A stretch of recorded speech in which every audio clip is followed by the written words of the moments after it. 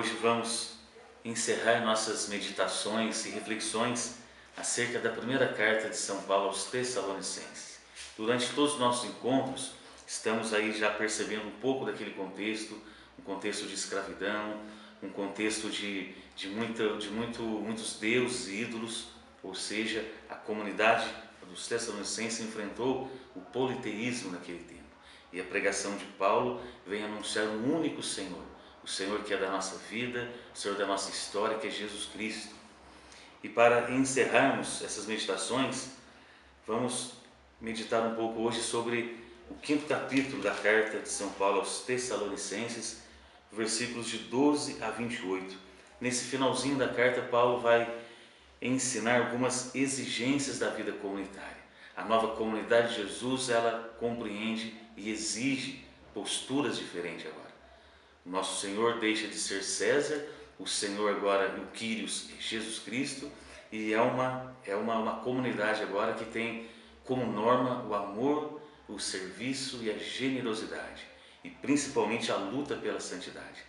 Paulo, nessa primeira carta, ele bate muito forte nessa perspectiva da santidade, que a comunidade precisa ser uma antecipação do reino de Deus, que com alegria e santidade aguarda a segunda vinda de Jesus Cristo.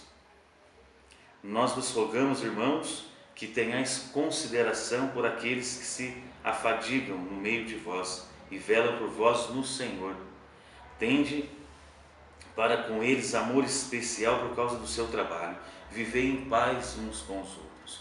Aqui uma norma fundamental. A comunidade cristã, Paulo está dizendo, é preciso viver o trabalho e a paz um com o outro. Porque a comunidade estava parando de trabalhar para esperar Jesus Cristo sem nenhum tipo de serviço.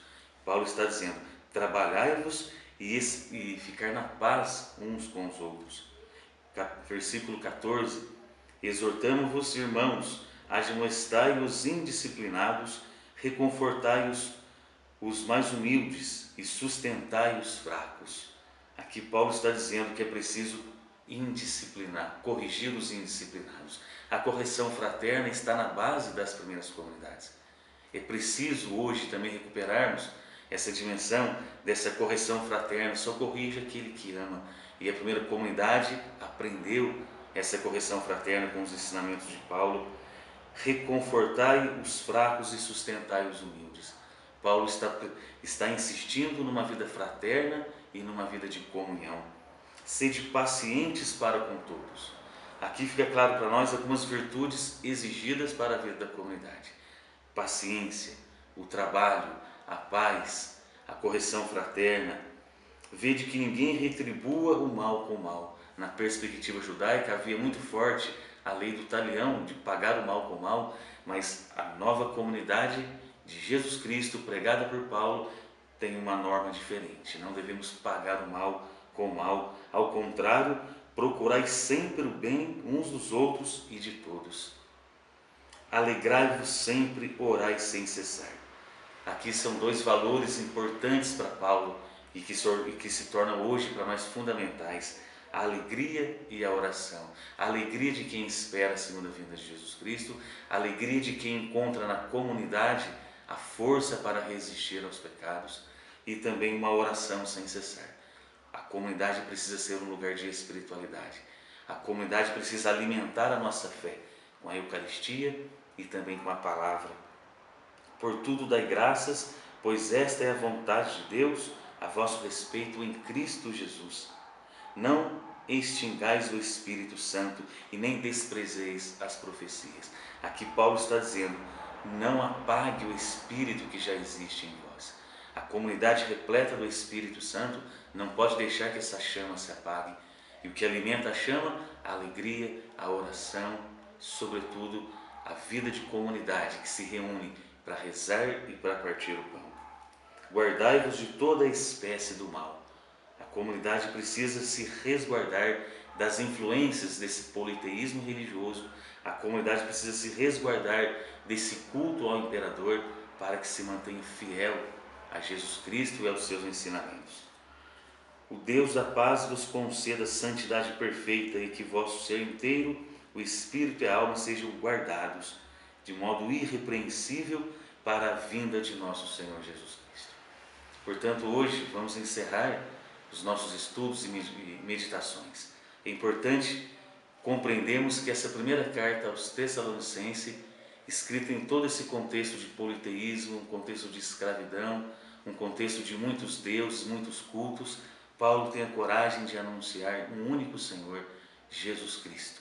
O Jesus Cristo que é o crucificado, que ressuscitou e voltará uma segunda vez. Essa é a mensagem central da primeira carta aos Tessalonicenses. O crucificado é o ressuscitado e voltará uma segunda vez.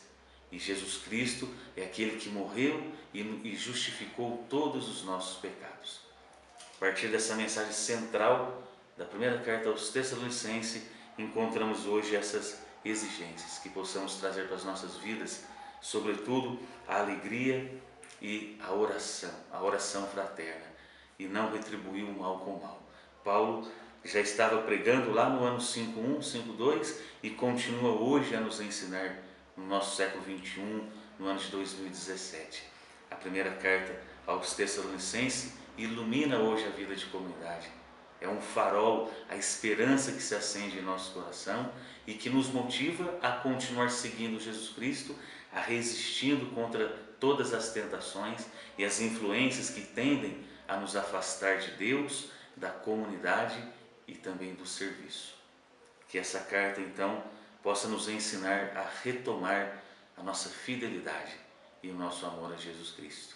Que Deus abençoe a todos nós e que possamos hoje contar com a intercessão de Santo Antônio para, a partir desses textos, dessas meditações, assumirmos o nosso batismo, assumir o nosso serviço, sobretudo, assumir como comunidade a construção do reino de Deus. Deus abençoe a todos. Amém.